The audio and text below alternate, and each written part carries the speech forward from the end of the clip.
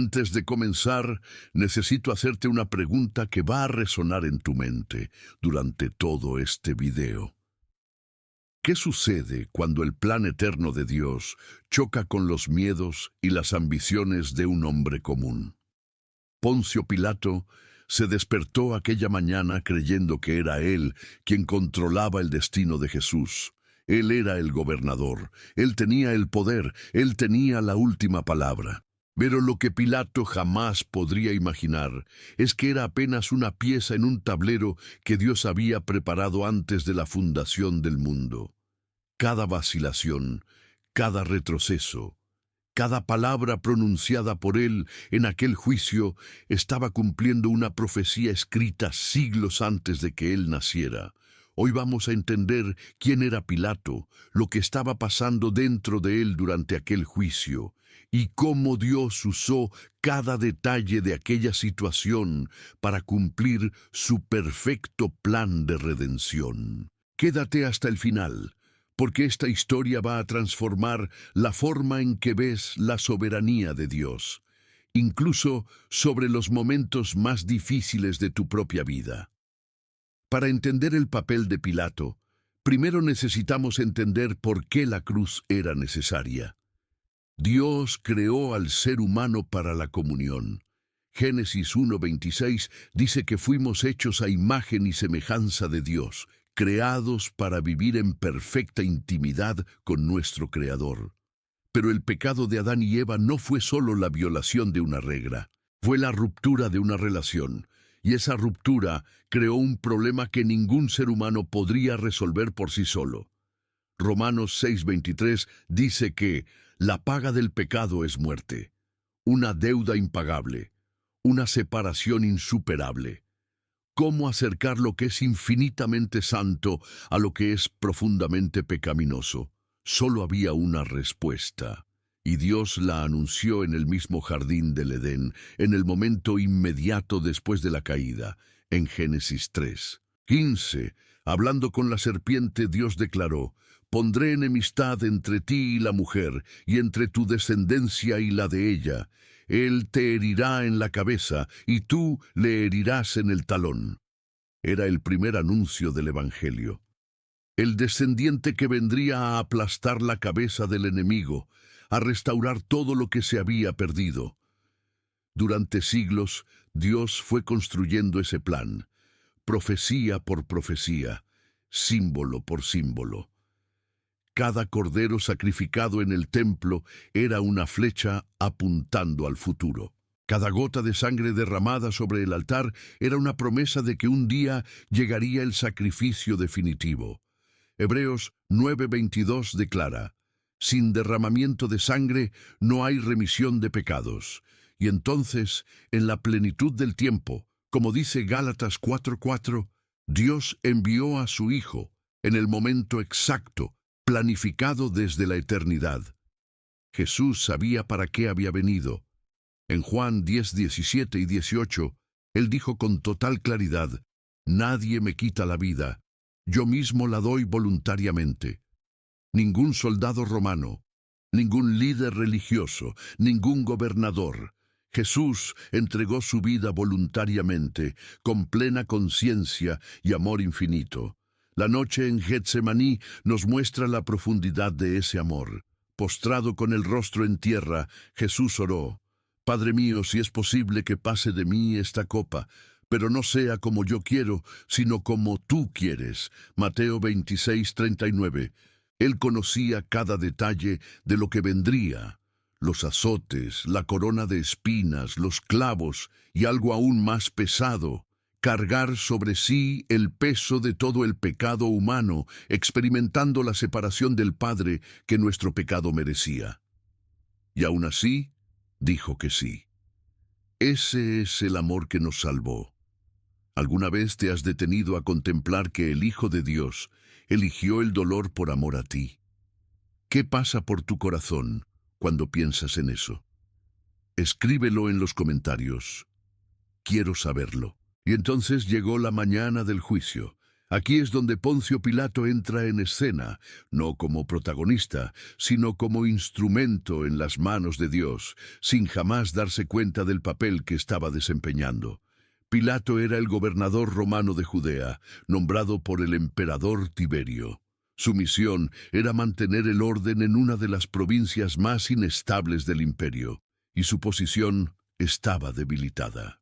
Los registros históricos de Flavio Josefo muestran a un Pilato que había cometido graves errores políticos, violaciones de las sensibilidades religiosas judías que generaron revueltas e informes negativos enviados a Roma. El propio emperador Tiberio ya había reprobado a Pilato públicamente por carta. Su carrera pendía de un hilo. No podía permitirse otro escándalo. Era exactamente en ese contexto que los líderes religiosos llevaron a Jesús al pretorio aquella mañana. La acusación que presentaron era política y calculada. A este hemos hallado que pervierte a nuestra nación y que prohíbe dar tributo a César, diciéndose él mismo que es Cristo, un rey. Lucas 23:2. La palabra rey era una acusación de traición al imperio. Ellos sabían exactamente qué botón estaban presionando. Pilato interrogó a Jesús, y aquí sucede algo extraordinario. Jesús dijo, «Mi reino no es de este mundo.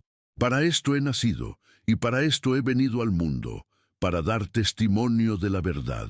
Juan 18:36 y 37. Y Pilato, mirando a los ojos de la verdad encarnada, hizo una de las preguntas más trágicas de la historia. ¿Qué es la verdad? Sin esperar respuesta, salió y declaró, «No hallo en él ningún delito». Juan 18:38. 3 veces a lo largo del juicio, Pilato declaró la inocencia de Jesús. Lucas 23:4, Lucas 23:14 y Juan 19:4. 3 momentos en que podría haber actuado con justicia. 3 veces en que el miedo habló más fuerte que la conciencia. Esto nos enseña algo poderoso. Conocer la verdad no es suficiente. Pilato sabía que Jesús era inocente, pero no estaba dispuesto a pagar el precio de vivir de acuerdo a lo que sabía. Y esa es una de las tragedias más profundas de esta narrativa. ¿Alguna vez estuviste en esa situación, sabiendo lo que es correcto, pero sintiendo el peso del miedo? Déjalo en los comentarios. Pilato intentó escapar de la decisión por todos los caminos posibles. Envió a Jesús a Herodes Antipas intentando transferir la responsabilidad. Herodes interrogó a Jesús, y Jesús permaneció en completo silencio ante él. Él, que había enseñado a multitudes y resucitado muertos, no dijo una sola palabra al tetrarca. Herodes lo despreció y lo devolvió a Pilato. Pilato intentó otra salida, la costumbre de la Pascua de soltar a un prisionero. Ofreció al pueblo la elección entre Jesús y Barrabás, un criminal culpable de sedición y asesinato. Los sumos sacerdotes manipularon a la multitud. Los gritos por Barrabás resonaron por el pretorio, y entonces llegó la amenaza que lo selló todo. Juan 19:12. Si a este sueltas, no eres amigo de César. Todo el que se hace rey, a César se opone. Amigo de César era casi un título político. La amenaza era clara. Libera a Jesús y enviaremos un informe a Roma diciendo que protegiste a un rival del emperador. Para un hombre con el historial de Pilato, esa amenaza era insoportable. Pilato cedió, pero antes hizo un gesto que quedó grabado para siempre en la historia. Mandó traer agua, se lavó las manos delante de la multitud y dijo, «Soy inocente de la sangre de este justo». Mateo 27:24.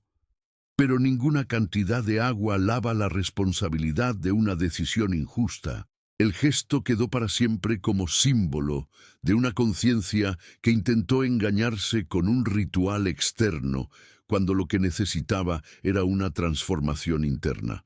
Y entonces pronunció la sentencia. Así que se lo entregó para que fuera crucificado.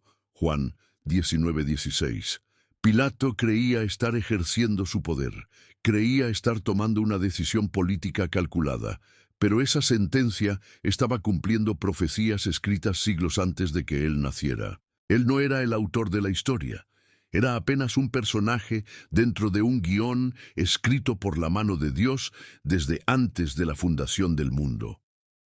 El Salmo 22, escrito por David 1000 años antes de Cristo, comienza con las palabras exactas que Jesús gritaría en la cruz. Dios mío, ¿por qué me has abandonado? Y describe manos y pies perforados, vestidos divididos por sorteo, siglos antes de que la crucifixión existiera como método romano. Isaías 53, escrito 700 años antes de Cristo, declara: Él fue herido por nuestras transgresiones, molido por nuestras iniquidades.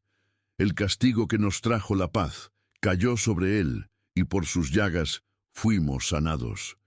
Las llagas producidas por los azotes ordenados por Pilato, los clavos aprobados por Pilato, todo estaba escrito, todo estaba previsto. Pilato creía estar en control, pero el verdadero soberano nunca había perdido el control ni por un solo instante. Jesús fue llevado al Gólgota, y allí las primeras palabras que salieron de su boca fueron: Padre, perdónalos, porque no saben lo que hacen. Lucas 23:34. En medio de una agonía indescriptible, la primera palabra fue de perdón. Ese es el corazón de Dios en su forma más pura. Pilato mandó colocar una inscripción sobre la cruz, en hebreo, latín y griego: Jesús Nazareno, Rey de los Judíos. Juan 19:19. Los sacerdotes pidieron que la cambiara, y por primera vez ese día Pilato no cedió. Lo que he escrito, escrito está. Juan 19:22. Es como si Dios hubiera usado hasta ese momento de terquedad política para proclamar en 3 idiomas ante el mundo entero la verdadera identidad de quien estaba en esa cruz. Y entonces llegó el momento más sombrío y más glorioso de la historia humana. Las tinieblas cubrieron toda la tierra por 3 horas, la creación gimiendo mientras el Creador cargaba el peso del pecado de toda la humanidad.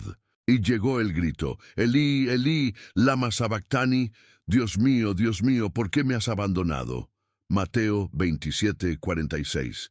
Jesús experimentó el abandono que nuestro pecado merecía, para que nosotros jamás tuviéramos que experimentarlo. Y entonces, con voz fuerte y soberana, Jesús declaró: consumado es. Juan 19:30. En griego, tetelestai, palabra usada en los negocios de la época para indicar que una deuda había sido completamente saldada. La deuda del pecado humano, impagable por cualquier ser humano, fue saldada en ese momento, de una vez por todas, para siempre, y el velo del templo se rasgó en 2, de arriba hacia abajo. Mateo 27:51. Aquel grueso velo que separaba al pueblo de la presencia de Dios fue rasgado, de Dios hacia el ser humano. El camino estaba abierto. La separación iniciada en el Edén había terminado en el Gólgota. 3 días después, lo que parecía ser el fin demostró ser apenas el comienzo. Jesús resucitó. La muerte, que había entrado por el pecado de Adán, fue vencida por el sacrificio del segundo Adán. La resurrección fue la confirmación de que el sacrificio había sido aceptado, que la deuda estaba pagada, que la muerte ya no tenía la última palabra. Y Pilato, él creyó haber cerrado la historia de Jesús con una sentencia de muerte. Pero fue exactamente a través de esa sentencia que la historia de Jesús alcanzó cada generación, cada nación, cada corazón que algún día se abriría para recibir ese amor. Dios usó el miedo de Pilato, Dios usó la ambición de los sacerdotes, Dios usó la crueldad de los soldados, usó cada elemento de aquella situación aparentemente caótica para tejer el plan más glorioso de la eternidad, la redención de la humanidad. Y en las situaciones de tu vida que parecen fuera de control, en las injusticias que ya has experimentado, en los momentos en que parece que el mal está ganando, ¿puedes creer que Dios todavía está tejiendo algo más grande de lo que puedes ver? Déjalo en los comentarios. Esta conversación es importante. Esta historia llegó hasta ti hoy porque la invitación sigue en pie. El mismo Jesús, que fue entregado por Pilato, crucificado en el Gólgota y resucitó al tercer día, mira tu vida ahora y dice: yo hice esto por ti. La deuda está pagada. El camino está abierto. Romanos 10:9 dice: si confesares con tu boca que Jesús es el Señor y creyeres en tu corazón que Dios le levantó de los muertos, serás salvo. Si este video tocó tu corazón, haz esta oración ahora mismo. Jesús, creo que eres el Hijo de Dios. Creo que moriste por mí y resucitaste. Perdona mis pecados y entra en mi vida. Si hiciste esa oración, escribe salvo en los comentarios. Quiero celebrar ese momento contigo. Si este contenido bendijo tu vida, dale like al video, sigue el canal y compártelo con alguien que amas. Porque este mensaje puede cambiar la vida de alguien hoy. Hasta el próximo video.